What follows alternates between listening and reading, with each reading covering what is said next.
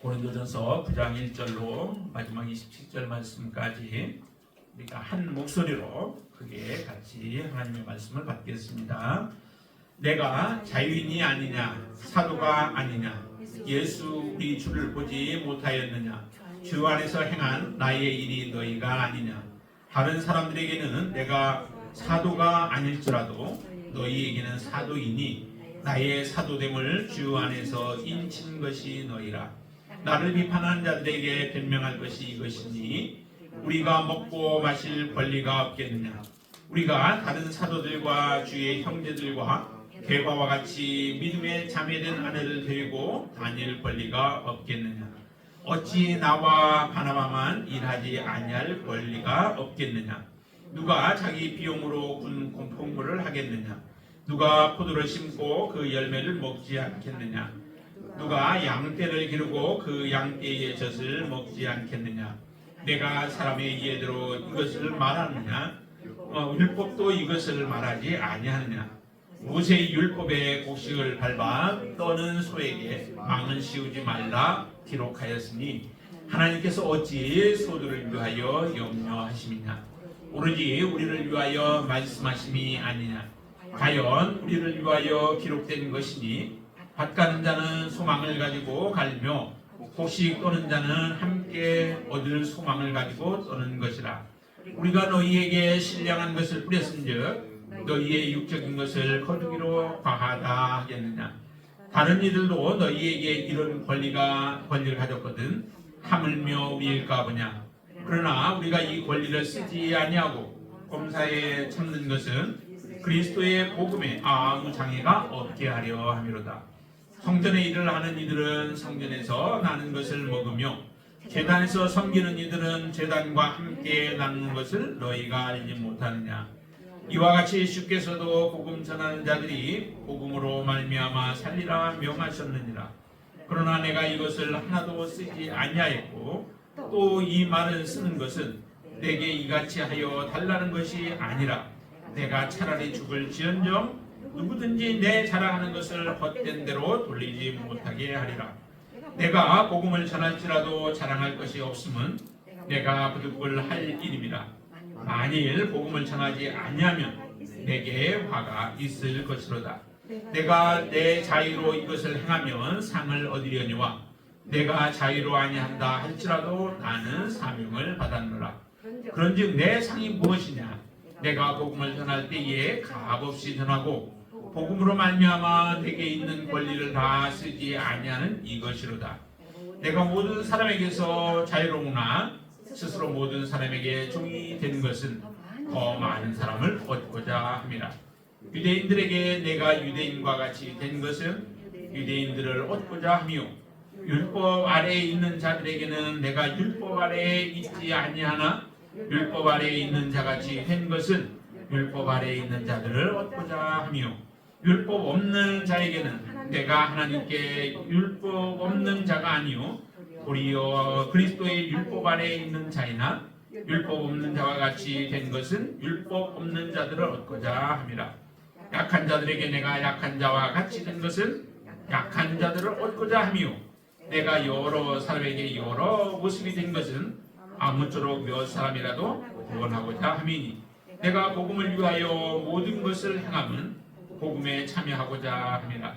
운동장에서 다름질하는 자들이 다 달릴지라도 오직 상을 받는 사람은 한 사람인 줄을 너희가 알지 못하느냐. 너희도 상을 받도록 이와 같이 다름질하라. 이기기를 다투는 자마다 모든 일에 절제하나니 그들은 썩을 승리자의 관을 얻고자 하되 우리는 썩지 아니할 것을 얻고자 하노라. 그러므로 나는 다름질하기를 향방 없는 것 같이 아니하고 싸우기를 허공을 치는 것 같이 아니하며 내가 내 몸을 쳐 흑종하게 함은 내가 남에게 전파한 후에 자신이 도리어 버림을 당할까 두려워함이로다. 아멘. 우리가 이 고린도전서 9장은 사도 바울이 사도권을 변호한 것이다 라고 이렇게 좀 많이 이야기를 해서 그렇게 알고 있는 장입니다. 그렇습니다. 사도권에 대한 변호를 하기도 하죠. 사도 바울이 사도권에 대한 변호를 하게 되어진 이유 중에 하나가 사도 바울에 대해서 잘 인정을 안 하고 있는 거죠.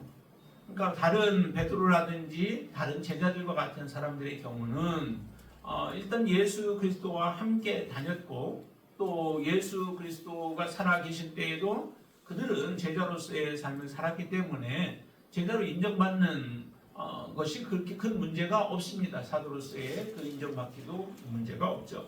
근데 이 바울과 같은 경우는 중간에 이제 예수님을 만났죠. 부활하신 예수 그리스도를 그 다메섹 도상에 가다가 만나게 되어진 거죠.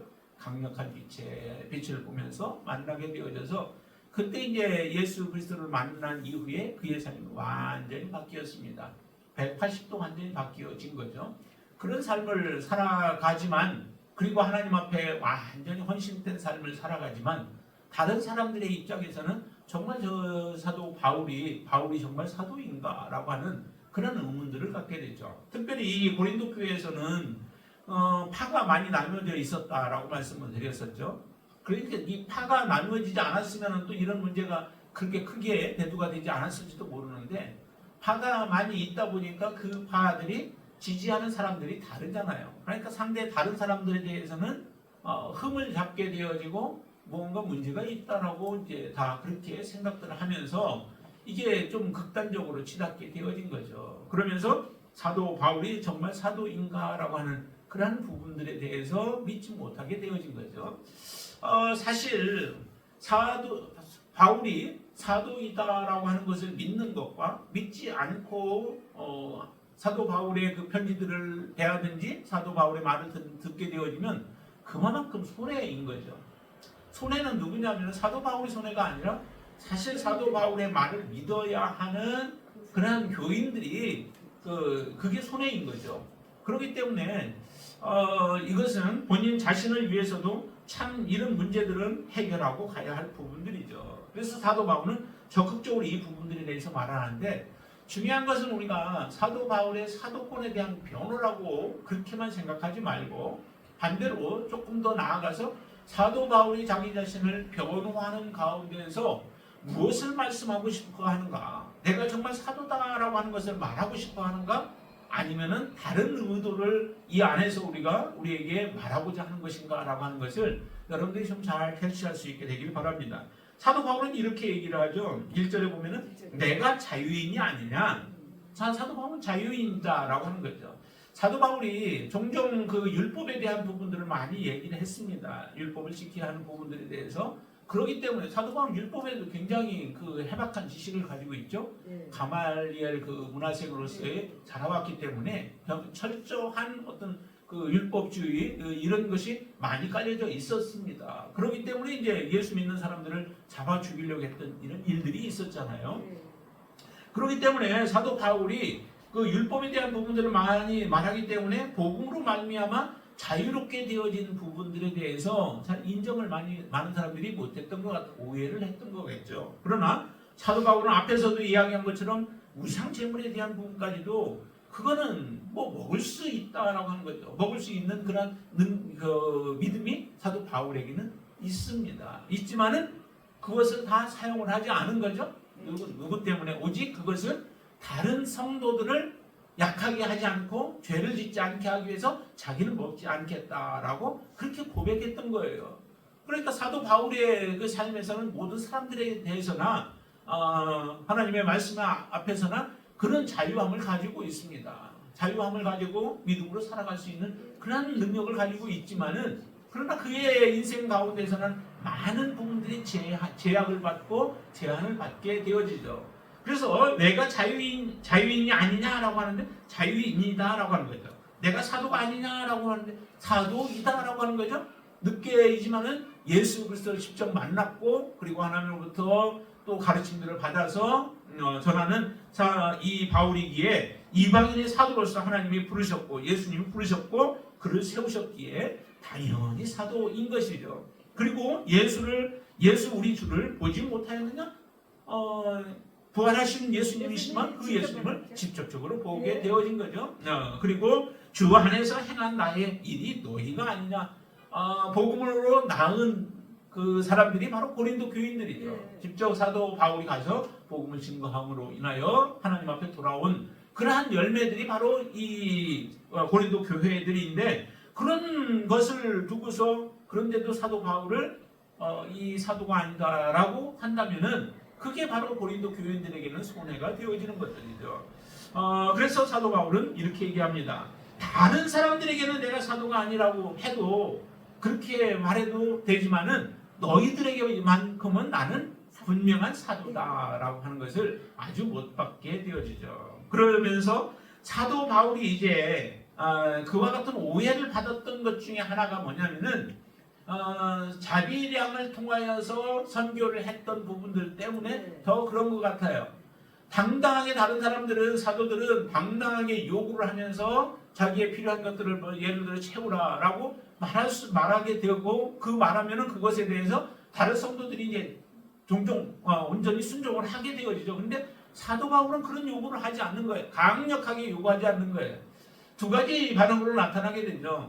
강력하게 그렇게 요구하는 사람들에 대해서는 카리스마가 있다라고 하면서 그런 사람들에게는 맹종하듯이 쫓아가고 따라가고 순종하고 하는데, 오히려 모든 것을 포기하고 내려놓고 그러면서 요구하지 않는 그 사람에게 대해서는 오히려 뭐라고 얘기하냐면 카리스마가 없다라고 하고, 자기 지도자가 아니라고 하고, 사도가 아니라고 이렇게 말하는 경우들이 생겨진다라고 하는 거예요. 정말 우리가 하나님이 원하시는 건 뭐예요? 정말 기쁨으로 감사함으로 모든 것을 행하기를 원하시죠. 우리가 살아갈 때도 그렇잖아요. 하나님은 우리에게 억지로 기계와 같은 모습으로 우리를 만들어 놓지 아니하고, 정말 자의를 가지고 하나님은 말씀을 거역하기도 하고 아니면 순종하기도 하는 그런 모습으로 하나님 우리를 그렇게 놓았잖아요. 사람들은 그것도 이제 불평하는 사람들도 많아요. 왜 하나님이 그렇게 해놔가지고 우리 그 죄를 범하게 했느냐라고 그렇게 하는 사람들도 있지만은, 정말로 우리의 자원하는 마음에서 하나님을 섬기기를 원하시는 거죠. 그렇게 아니라면은 정말 하나님 앞에 섬기는 그 시간도 굉장히 고통스러울 거예요. 아니면은 무의미한 섬김이 되어지겠죠. 하나님이 우리를 먼저 섬겨주시고 그 사랑이 풍성한 가운데서 다른 사람들을 사랑으로 섬기라고 하나님은 우리에게 그 사랑을 부어주신 거죠. 우리에게 사랑 주시지 않고 억지로 우리가 다른 사람을 사랑하라, 힘든 가운데서 사랑하라라고 하시지 않고 우리에게 풍성하게 주시고 나서 그 사랑이 넘쳐날 때에 다른 사람을 사랑할 수 있는 그런 마음을 우리에게 주신 거예요. 그 사랑이 하나님이 기뻐하시는 그런 삶 아니겠어요? 사도 바울의 삶이 그와 같은 삶이에요. 사도 바울도 당연히 요구할 수 있죠. 이렇게까지 얘기합니다. 다른 사도 5절 보세요. 5절. 우리가 다른 사도들과 주의 형제들과 게바와 같이 믿음의 자매들 아내를 데리고 다닐 권리가 없겠느냐. 그리고 먹고 마실, 4절에 보면 우리가 먹고 마실 권리가 없겠느냐. 이런 것들은 너희들이 다 공급해 줘서 그걸 가지고 나는 평안히 그냥 복음 전하는 일만 할 수도 있다는 거죠. 그렇게 요구할 수도 있다는 거예요. 그런데도 사도 바울은 그것을 요구하지 않았던 거죠. 아는 이유가 분명하게 사도 바울은 이렇게 얘기를 합니다. 자, 한번 보실까요? 12절 말씀 한번 같이 읽어보죠. 12절. 다른 이들도 너희에게 이런 권리를 가졌거든. 하물며 우리일까 보냐. 그러나 우리가 이 권리를 쓰지 아니하고 범사에 참는 것은 그리스도의 복음에 아무 장애가 없게 하려 함이라. 한 가지 유일한 이유가 있다면 왜 그것을 스스로 자처하고 그와 같은 삶을 사는가? 그것은 다른 사람들, 그리스도의 복음에 아무 장애가 없도록, 그리고 그것을 통해서 자기가 권리를 쓰지 않냐므로 인하여서 다른 사람들을 얻기 위한 목적이 바로 사도 바울에게 있었던 겁니다. 그런데 이런 선한 목적을 다른 사람들은 오해를 한 거예요. 고린도 교인들은 오해를 하는 거예요. 그래서 사도 바울이 사도가 아니기 때문에 저와 같이 하는 것이다 라고 그렇게 착각을 하게 되어진 거죠. 그런데 정말 사도 바울은 이와 같이 하나님의 일을 행하게 되어지면 당연히 하나님이 그것을 먹을 것과 필요한 것들을 공급해 주실 것은 당연하다라고 하는 말씀을 해요. 그게 뭐냐? 어디냐면은 8절 보면 이런 말씀을 하시죠. 내가 사람의 예대로 이것을 말하느냐라고 얘기하는데요. 사람의 그 윤리적인 가장 기본적인 방법으로 상식을 따라서라도 만약에 너희들을 위하여서 내가 영적인 부분들에 있어서 섬기게 되어진다면 너희들은 당연히 육적인 부분들에 대한 필요를 채워줘야 한다는 거예요. 이건 당연하다는 거죠. 이건 상식에 해당되어진다라고 하는 거예요. 어느 누구든 그렇잖아요. 이미 구약에서도 뭐 말씀을 하셨죠. 그래서 율법적인 부분에서 우리가 따져볼 때에도 마찬가지라는 거예요. 이전에 그 레위 사람들에 대한 부분들을 말씀드렸었죠. 레위인들은 누가 책임을 지냐면은 이스라엘 백성들이 책임을 지라라고 말씀하셨죠. 또 대제사장들은 누가 책임을 지냐면 레위인들이 11조를 받은 것 가지고 또 다시 11조를 드림으로 대제사장들을 책임지도록 그렇게 하신 거예요. 그래서 하나님의 일에만 전 몰두해서 하나님의 일을 섬기도록 잘 섬길 수 있도록 그리고 백성을 위하여서 섬길 수 있도록 그와 같은 재계를 하나님이 말씀하셨죠. 그러시면서 오늘 본문에서는 이렇게 말씀합니다. 9절 말씀 보실까요? 같이 한번 읽습니다. 모세의 율법에 곡식을 밟아 떠는 소에게 마음을 씌우지 말라 기록하였으니 하나님께서 어찌 소들을 위하여 용서하시느냐라고. 그 곡식을 떠는 소에게는 마음을 씌우지 말고 그러면서 이제 필요한 소를 뜯어먹도록 그렇게 허락했다라고 하는 거죠. 근데 정말 소를 염려해서 그러신 게 아니라 그것은 누구를 위한 것이냐? 이 소라고 하는 것은 하나의 비유로서 하나님의 일을 감당하는 그런 사역자들을 두고 하시는 말씀이죠. 그래서 사역자들은 하나님께서 책임지신다라고 하는 거예요. 그 책임을 누가 져야 하냐면 여기에 보니까 이제 그 영적인 것을 나누어 받은 사람들, 이 사람들이 해야 된다라고 하는 것을 11절에서 말씀하죠. 우리가 너희에게 신령한 것을 뿌렸은즉 너희의 육적인 것을 거두기로 과하다하겠느냐. 육적인 것을 거둔다라고 하는 것은 필요한 것들을 채워서 이제 먹고 살도록 하는 이런 부분들이에요. 그런데도 사도 바울은 이 마땅한 권리, 다른 사람들도 주장한다고 했죠. 다른 사람들도 그렇게 해서 지금 누리고 있는데 우리들 그런 권한이 없겠느냐.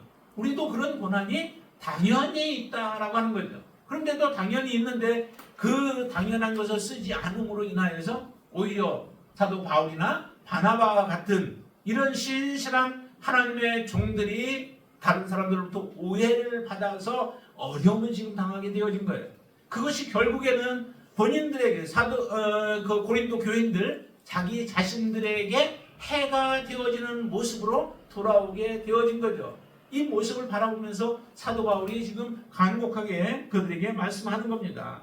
사도 바울은 또 한 가지는 뭐냐면은 당연히 필요한 부분들을 공급해줘야 하는 이유 중에 하나가 주님께서도 말씀하셨다는 거예요. 주께서도 상식적으로도 그렇고 율법적으로도 그렇고 주님께서도 그렇게 말씀하셨다라고 하는데 14절 말씀 보세요. 14절 이와 같이 주께서도 복음 전하는 자들이 복음으로 말미암아 살리라 명하셨나이다. 하나님께서 주님께서도 복음으로 말미암아 살리라는 거예요. 복음을 전하게 되어지면 복음을 듣고 우리 영적으로 살아나는 것도 사실은 같이 포함되어 있죠. 그렇지만은 복음을 증거하는 데 있어서 그 사람들의 필요한 것들도 하나님이 공급해 주셔서 살아갈 수 있는 두 가지의 그 비유적인 두 가지의 의미가 같이 함축되어져 있는 이 말씀을 주님께서 하셨다라고 하는 거예요. 사도 바울이 그렇게 해석하는 거죠. 그렇게 하시는 걸 보면은 당연히 우리가 너희에게 요구하는 것은 당연한 것이다. 근데 이제 많은 사람들이 보면은 이게 잘못 생각하고 또 받아들이는 경우들이 참 많아요. 어떤 사람은 그러더라고요.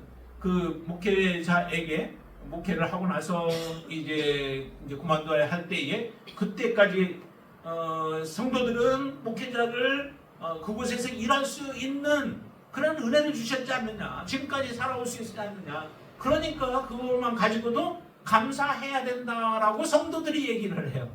성도들이 이렇게 말해도 괜찮은 건가요? 좀 악하게 되어지면 마음이 굳어지게 되면 그렇게 말을 하게 되어지죠. 같이 예를 들어서 같으면 그냥 대흥세력교회에서 섬길 수 있는 지금도 이제 거의 한 10년이 돼가잖아요. 10년 동안 섬길 수 있었던 게 그게 당신에게는 주어진 큰 은혜가 아니냐라고 해서 모든 것 안 해줘도 된다라고 이렇게 말하는 사람들이 있다는 거예요. 그렇게 말할 수 있다는 거죠. 근데 그렇게 말하는 것과 또 하나는 어떤 사람들은 목회자 입장에서는 또 어떻게 얘기를 하냐면은 목회자는 당연히 당신들이 나를 필요한 부분들을 해줘야 된다라고 이렇게 주장하는 경우가 많아요. 근데 둘 다 사실은 문제가 있는 거죠. 성도들의 입장에서는 어떻게 생각하냐면 정말로 이곳에서 일할 수 있어서 당신은 감사해야 돼라고 그렇게 말하기보다는 당신이 여기에서 우리를 섬겨주셔서 너무 감사하다라고 하는 마음을 가지고 어떻게 해서든 도울 수 있는 방법들을 찾도록 하는 게 그게 성도로서 마땅히 해야 할 일이죠. 그리고 만약에 또 이제 목회자의 입장에서라면은 목회자는 어떻게 할까요? 목회자는 내가 섬길 수 있는 거 당연히 그 감사해야 할 부분이죠. 하나님 앞에서 내가 감사해야 되지만 성도들이 그렇게 하라고 요구해서 할 것은 아니죠. 그렇다고 해서 성도들에게 내가 지금까지 수고했으니까 앞으로 어떻게 해줘야 된다라고 하는 요구를 하는 것도 그건 또 목회자에게 합당치 아니한 것이죠.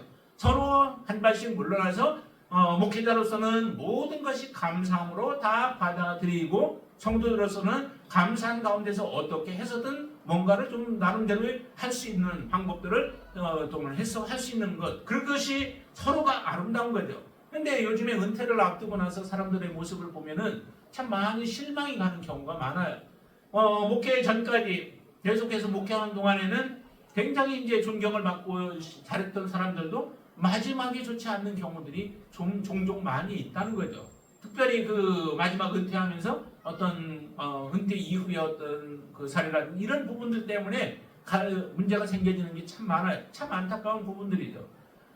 목회자로서는 주장할 필요가 없고 사실은 모든 걸 하나님이 해주시고 또한 성도들이 마음 모아서 해주면 그것으로 그냥 감사한 것이어야 되고, 또한 성도들의 입장에서는 정말 어떻게 해서든 우리에게 영적인 부분들을 나누어줬다면 그 부분에 대해서 감사함으로 서로 표현할 수 있는 이런 모습이 되어야 되죠. 그러니까 그 안에는 뭔가 억지로 되어지는 것들이 없고 타협이라든 막 이런 것들이 아니라 자발적인 부분들에서 모든 게 이루어진다면은 가장 그게 아름다운 것이 되어지겠죠.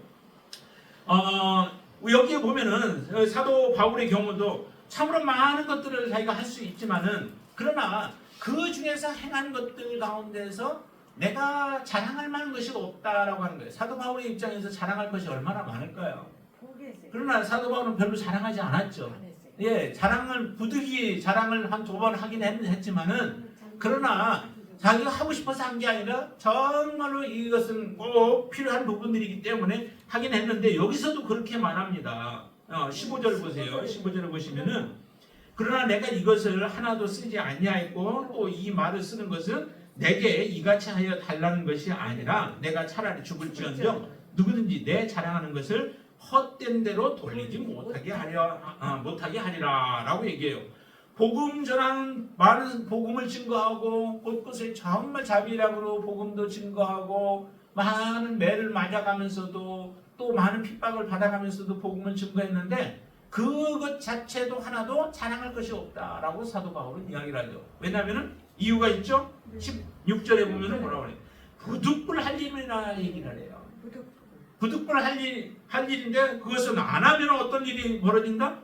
만일 복음을 전하지 않냐면 내게 화가 있을 것이다 라고 해서 하나님 앞에 마땅히 해야 할 일, 종과 같은 입장이라면은 종은 어때요? 주인이 뭔가 이렇게 맡겨진 일들 하라고 한 일들에 대해서는 당연히 해야 되죠. 그거 하지 않으면 어떻게 돼요? 당연히 혼나게 되어지죠. 이와 같은 입장이라는 거예요. 하나님은 우리에게 복음을 맡겼고 그 복음의 증인으로서 우리가 살아가야 할 일들은 종에게 맡겨진 일과 같이 마땅히 해야 할 일이죠. 예수님께서도 비유로 말씀하실 때 그러죠. 종이 늦게까지 일을 하고 돌아왔는데 이러고 종한테 뭐라 그래요? 빨리 내 상을 차리라는 거죠. 그리고 나서 다 먹고 나서야 이제 자기 상을 차리게 되어지는, 자기가 먹을 거 이제 챙겨서 먹게 되어지는 게 그게 종의 모습인 거예요. 우리가 하나님 앞에 그런데 그런 종의 모습으로 이 땅에서 살아가려고 하지 않냐고, 이 땅에서 모든 것을 우리는 대접을 받으면서 살아가려고 하는 잘못된 우리가 신앙이 있다는 거죠. 마땅히 그렇게 행하고 나서도 칭찬 듣는 게 아니에요. 칭찬을 해주면 감사하고 안 해줘도 어떻게 해요? 마땅히 해야 할 일을 해야 하는 거죠. 칭찬 안 하니까 나 안 할 거야 라고 할 수 없다는 거예요. 사도 바울의 모습 참 보세요. 이런 모습으로 살잖아요. 부득불그 할 일인데 그거 가지고 내가 자랑할 게 아니라는 거예요. 어느 누구보다도 정말 큰 열정을 가지고 많은 복음을 증거하며 정말 3차 또 로마에 이르기까지 복음을 증거하는 그 사역을 감당하는데도 불구하고 사도 바울은 내가 그것을 부득불하여야 할 것이었고 또 그게 아니라 할지라도 뭐라고 그래요? 여기 보니까 17절 보니까 나는 사명을 받았다라고 하는 거죠. 사명을 받았다. 그 사명을 받았기 때문에 사명 받은 자는 어때요? 사명을 완수해야 되죠. 여러분들도 사명을 받은 자죠. 목회자만 사명 받은 자인가요? 여러분들 다 받은 사명을 받은 자이죠. 예. 그래서 여러분들이 받은 사명 따라서 순종하면 되는 거예요. 그것은 누가 알아주든 알아주지 않든 여러분들 그것을 보고 칭찬하든 칭찬하지 않든 내게 하나님이 주신 사명이다. 하나님이 나를 부르신 목적이다. 라고 생각한다면 그 일에 여러분들 충성할 수 있게 되길 바랍니다. 때로는 그 일을 행하는데도 칭찬보다는 오히려 손가락질이 여러분들에게 다가올지도 몰라요. 그런 가운데서 어떻게 해요? 우리는 마땅히 묵묵히 그냥 갈 길을 가는 거예요. 사도 바울 이렇게까지 얘기하죠. 거의 25절 말씀 보세요. 25절과 26절 말씀을 같이 한번 읽어볼까요? 이 길을 다투는 자마다 모든 일에 절제하나니 그들은 썩을 승리자의 관을 얻고자 하되 우리는 썩지 아니할 것을 얻고자 하노라. 그러므로 나는 다른 박질을 하기를 향방 없는 것 같이 아니하고 싸우기를 허공을 치는 것 같이 아니한다라고 얘기해요. 다른 박질을 하는데 방향을 모르고 그냥 달려가면 안 되죠. 방향을 바로 보고 달려가야 되죠. 우리는 어디로? 예수 그리스도 바라보고 달려가시면 돼요.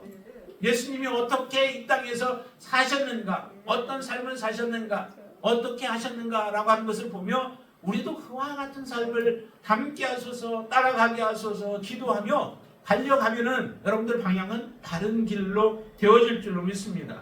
싸우는데 허공을 치면 어떻게 힘만 들죠? 힘이 빠지죠. 그런데 허공에 치는 것과 같지 않냐고 정확하게 목표를 타격하게 되어지죠. 그 타격이 뭐냐면 여기 보니까 27절에 보면 이렇게 말씀합니다. 내가 내 몸을 쳐 복종하게 하면 내 몸을 쳐서 복종하게 한다는 거예요. 내가 좀 더 교만해지려고 하고 자랑하려고 하고 높아지려고 하고 자꾸 다른 사람들보다 위에서 뭔가를 하려고 하게 되어질 때 우리는 그렇게 가만두어서는 안 돼요. 그건 교만으로 달려가는 넘어짐 가운데로 달려가는 선봉이 되어지죠. 그것은 넘어지게 되어 있어요. 반드시 하나님 앞에 그거는 책망을 받을 수밖에 없습니다. 그래서 내 몸을 쳐서 복종하게 한다는 거죠. 자기의 몸을 쳐서 복종하게 함으로 사도 바울은 섬기는 삶을 살았어요. 요구하지 않는 삶을 살죠.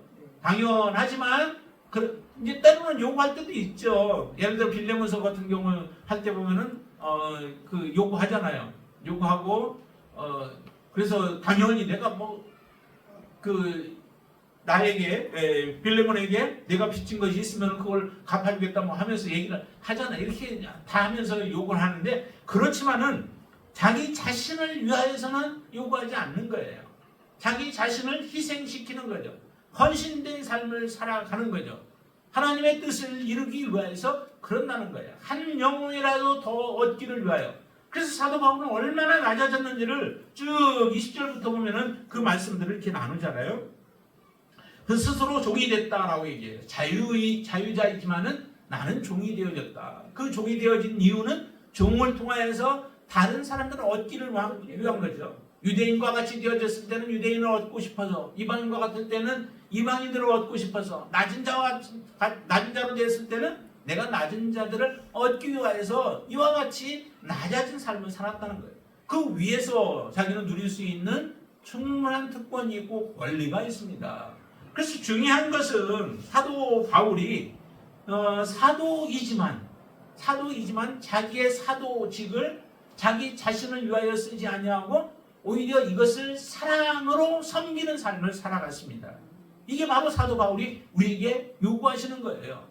사도 바울이 고린도 교회를 향하여서 지금 외치는 말이 나는 너희들에게 사도이다 라고 하지만 사도의 모습이 어디 있습니까?